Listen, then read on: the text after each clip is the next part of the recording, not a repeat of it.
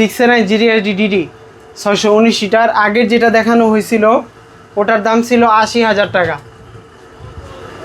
আচ্ছা, আর এইটার দাম পড়বে হলো আপনার 77,000 টাকা।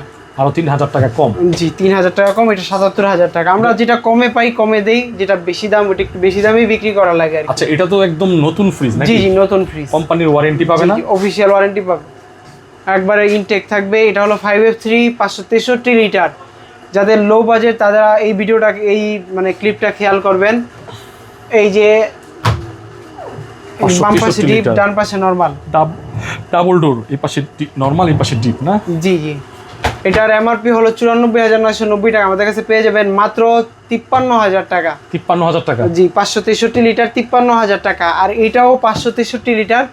এটা শুধু এই যে এই জিনিসটা এটা ভেঙে গেছিল, এটা অ্যাক্রিলিক লাগানো, এটার দাম পড়বে মাত্র 50,000 টাকা। 50,000 টাকা? অফিশিয়াল ওয়ারেন্টি থাকবে, শুধু গ্লাস ভাঙা কোনো সমস্যা নেই, অফিশিয়াল ওয়ারেন্টি থাকবে। না, কিন্তু এটাতে আসলে যারা নিতে ইচ্ছুক তাদের জন্য ডিসকাউন্ট করবে আরো। আর একটু ডিসকাউন্ট করা হবে। এটা হচ্ছে 50,000 টাকা।